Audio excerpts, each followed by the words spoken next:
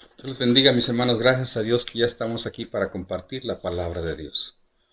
Quiero que nos ubiquemos en ella a través de esta experiencia que hemos tenido de Misión Jesucristo.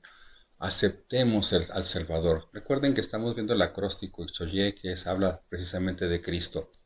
Esta semana, la que hemos estado deteniéndonos, estudiando y meditándonos, sin duda es la más importante de nuestra campaña. Créanmelo. Al leer el libro Misión Jesucristo, reflexionamos en la misión salvadora del Señor. Aprendimos lo que significa la sustitución. ¿Qué me quiero decir con esto? El Señor Jesucristo es el Redentor. Con los temas de los capítulos formamos un acróstico llamado pescado. En este acróstico se describe cada letra de la siguiente manera. La P, perdición integral. Es decir, estudiamos la doctrina del hombre con énfasis en la caída. También, con la E, esperanza universal. Allí estudiamos la doctrina de la salvación, con énfasis en su alcance. Con la S, sustitución real. Se estudió la doctrina de la redención con énfasis en el sacrificio del vicario. Y la C, compromiso total. Recordar que ahí estudiamos la doctrina de la conversión con énfasis en la verdadera fe. Con la A, amor transformador. Eso significa que estudiamos la doctrina de la santificación. Con la D, un discipulado persistente.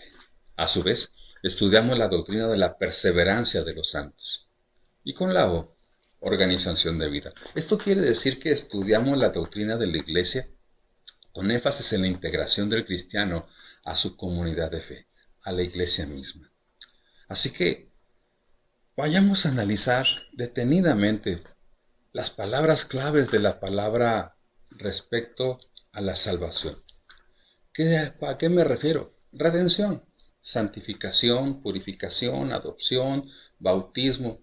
Y fuimos desafiados a compartir y defender la verdad de Dios en medio de la confusión actual que hay en el mundo. Ahora nos corresponde responder al desafío de hoy. Aceptemos al Salvador. Vamos a orar, por favor. Vamos a orar. Bendito Dios y Padre Santo, en el nombre de tu Hijo Jesucristo, te ponemos en tus manos el mensaje. Ayuda, por favor, a todo corazón oyente y ayúdanos también a compartirlo con autoridad, con gracia y amor. En el nombre de Jesús. Amén. Esto que estamos analizando acerca de la experiencia de Misión Jesucristo en cuanto a la redención, quiero que pensemos en lo que acabo de mencionar. Aceptemos al Salvador. Pablo, mis hermanos, es ya un anciano. Y al despedirse de los hermanos allá en el libro de los Hechos, allá en la iglesia de Mileto, con los hermanos de Mileto, hace un resumen del ministerio de proclamación. Con ellos se trata de un anuncio universal, es decir, para todos. Se trata de un trabajo integral, es decir, donde quiera y como quiera y con todos nosotros, sus redimidos. Se trata de un reto doble, arrepentirnos y creer. Pero también, en resumen, el reto es este: aceptemos al Salvador. Es el gran desafío para la humanidad. Ahora bien, como hemos aprendido en la campaña Misión Jesucristo, Dios nos ha dado libre albedrío. No obliga a nadie a arrepentirse y creer. A nadie le torce la mano. Así que muchos seres humanos deciden por voluntad propia. Y deciden voluntariamente no creer y algunos incluso deciden rechazarle. Así tajantemente. Por ello leamos un pasaje que nos habla de estas cosas. Vayamos a Mateo capítulo 12, por favor, 22 en adelante, y analicemos por parte y finalmente destaquemos las enseñanzas más importantes al siguiente desafío, de aceptar al Salvador. Miren, hay unos puntos que quiero aclarar. El Señor está logrando alcanzar a la gente del pueblo y esto molesta a los líderes religiosos. Dice versículo 22 en adelante la escritura. Entonces fue traído a él un endemoniado ciego y mudo y le sanó de tal manera que el ciego y mudo veía y hablaba. Y toda la gente estaba atónita y decía, ¿será este aquel hijo de David? El Señor realiza señales. Lo estamos mirando aquí en el pasaje. Y la gente queda impactada. muchos en ese momento están listos para creer. Segunda cosa que tenemos que observar es que los fariseos realizan una estrategia de desprestigio de su ministerio. ¡Ah, bárbaros! Dice versículo 24, mas los fariseos al oírlo decían, este no echa fuera a los demonios, sino por Beelzebú, príncipe de los demonios. Vean nada más. Aquí notamos que a Jesús le acusan de tener nexos con el mal. No pudiendo negar sus señales, las atribuyen al enemigo de Jesús. Evidentemente lo hacen por envidia, pero en el fondo ni ellos mismos creen lo que están diciendo. Tercera cosa, el Señor les da un argumento que ellos mismos manejaban y los confronta con su práctica de exorcismo.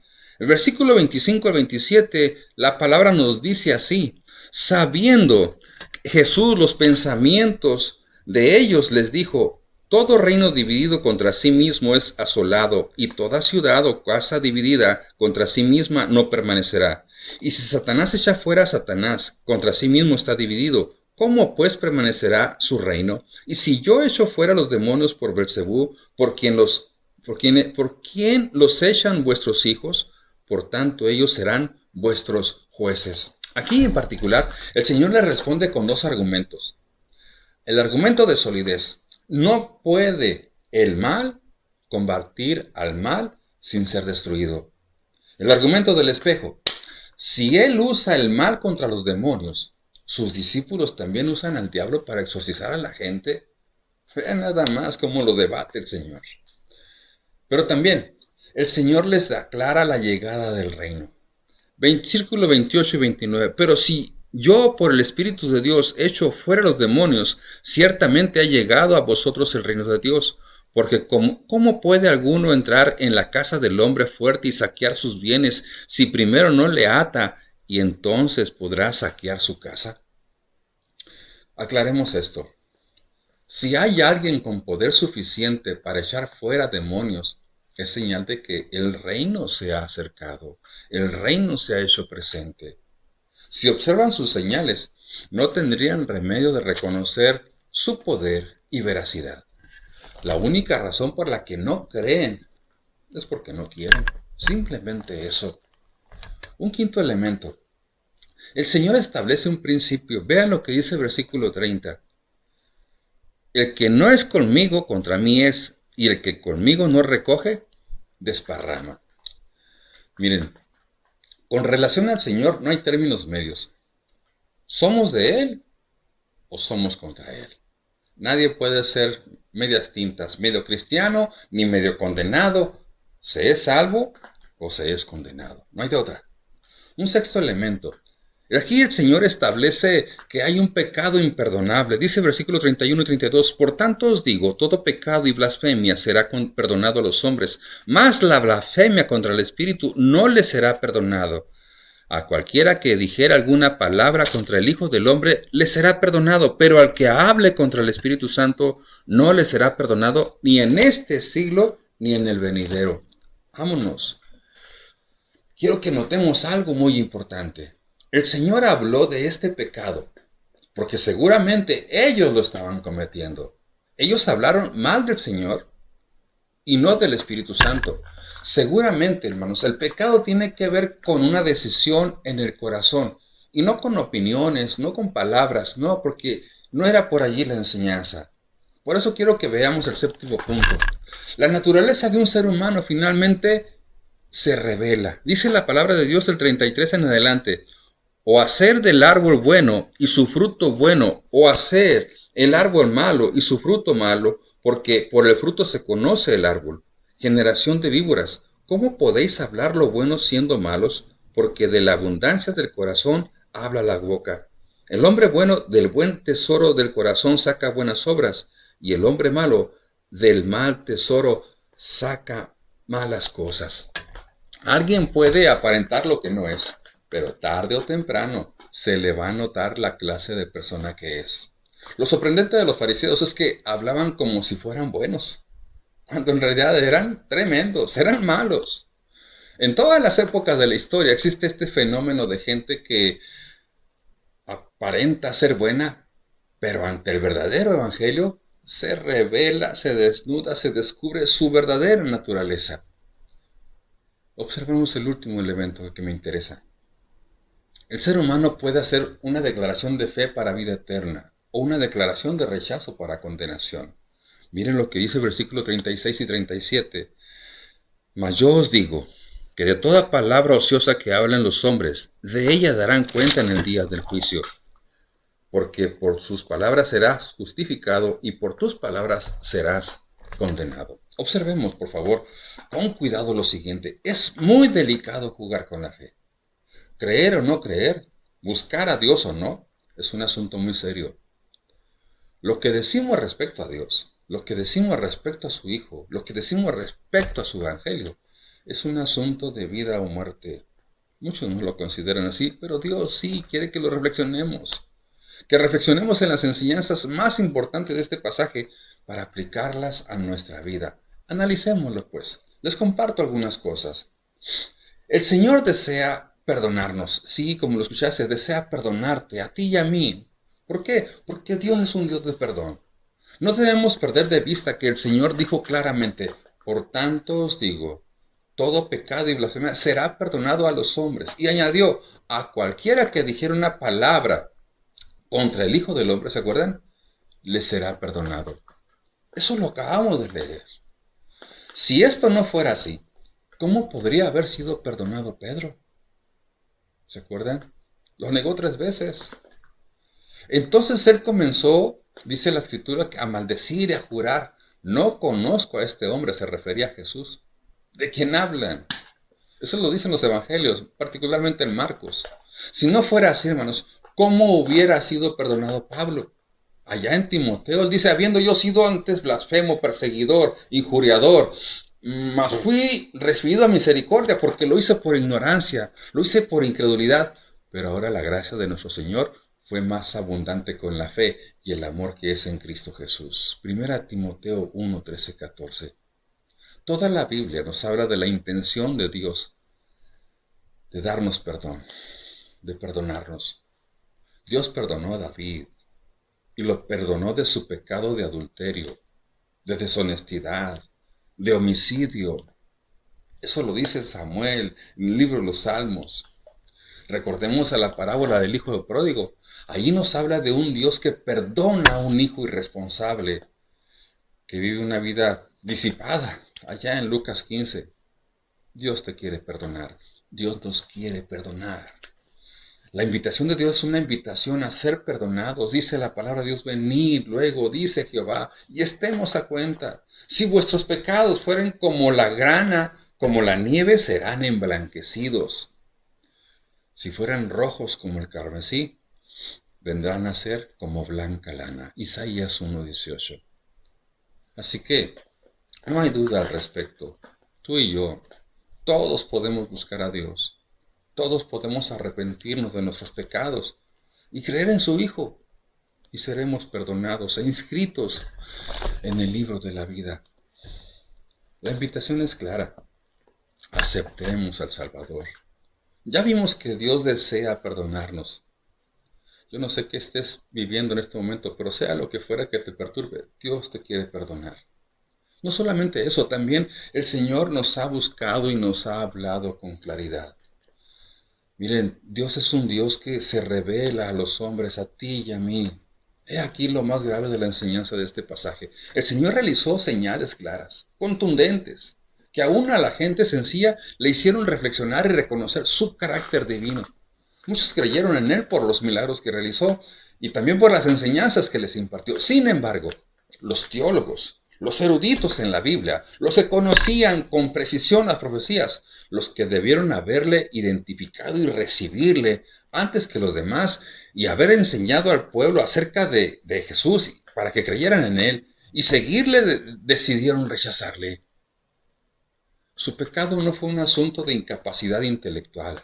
No eran ignorantes.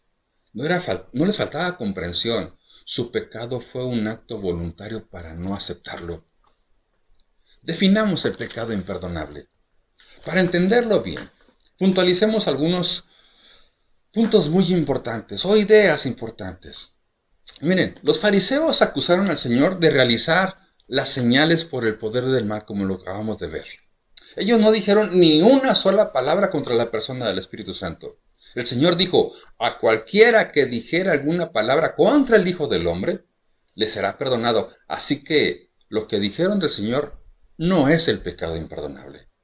El Señor dijo, mas la blasfemia contra el Espíritu no le será perdonada. Al que hable contra el Espíritu Santo, no le será perdonado ni en ese siglo, ni en el venidero. Si decimos que la blasfemia contra el Espíritu es asegurar que lo que alguien hace por el poder de Dios, en realidad lo hizo por el poder del diablo, es convertir al pecado imperdonable en algo muy general. Muy general. Pablo perseguía a los cristianos y consintió en la muerte de Esteban porque creía que los cristianos eran enemigos de Dios. Él mismo se llamó blasfemo. ¿Cometió Pablo el pecado imperdonable? Algunos de nosotros, ubiquémonos por favor, ahora como cristianos, antes de convertirnos, decíamos que la Biblia no era la palabra de Dios. Decíamos que los cristianos eran unos hipócritas. Y decíamos que la religión era una mentira. ¿Cometimos el pecado imperdonable? No. En la Biblia, chequen por favor en 1 de Juan capítulo 4:1. Se nos exhorta a evaluar a los profetas o predicadores. Y dice la Escritura, si no mal recuerdo, amados, no creáis a todo espíritu, sino probar a los espíritus si son de Dios, porque muchos falsos profetas han salido por el mundo. Si al hacerlo cometemos un error, ¿ya cometimos el pecado imperdonable? ¿Dejamos de ser salvos? ¿No sería mejor no obedecer esta orden bíblica? Podemos blasfemar, y eso significa injuriar, socavar la reputación, ser irreverente. Pablo reconoce que él mismo lo hizo en un tiempo, pero en este pasaje, hermanos, el Señor nos habla de algo imperdonable, algo que no se perdona nunca. En Marcos capítulo 3, versículos 28 al 30, dice así, de cierto os digo que todos los pecados, fíjense, todos los pecados serán perdonados a los hijos de los hombres. Y las blasfemias cualesquiera que sean, versículo 29, pero cualquiera que blasfeme contra el Espíritu Santo no tiene perdón, sino que este es reo del juicio eterno, porque ellos habían dicho, tiene espíritu inmundo. Marcos 3:28. Una vez más, la confusión de muchos radica en el hecho de la acusación. La acusación de hacer los milagros por Beelzebú o decir que el Señor estaba endemoniado nos parece blasfemo, y lo es. Pero el Señor dijo que si blasfemábamos contra Él, y eso fue lo que hicieron, les sería perdonado. Así que tenemos que decir algo más que eso para identificar el pecado imperdonable. Los fariseos cometieron un pecado imperdonable. Por lo siguiente, ellos sabían, ellos entendían, comprendían que Jesús venía de Dios. Conocían las escrituras que se estaban cumpliendo en él y pudieron ver y disfrutar sus milagros. Sin embargo, ellos no lo rechazaron por ignorancia, sino en pleno conocimiento. Sabían quién era él. Ellos experimentaron la obra del Espíritu Santo en sus corazones. Sintieron el redarguir, el trabajo, la exhortación. Sin embargo, rechazaron. Por eso se llama blasfemia contra el Espíritu Santo. Porque el Espíritu Santo se encarga de convencer al ser humano, apelando a su voluntad y a su decisión. Ellos rechazaron los designios de Dios, mas los fariseos y los intérpretes de la ley desecharon los designios de Dios respecto de sí mismos, no siendo bautizados por Juan. Eso lo dice Lucas 7:30.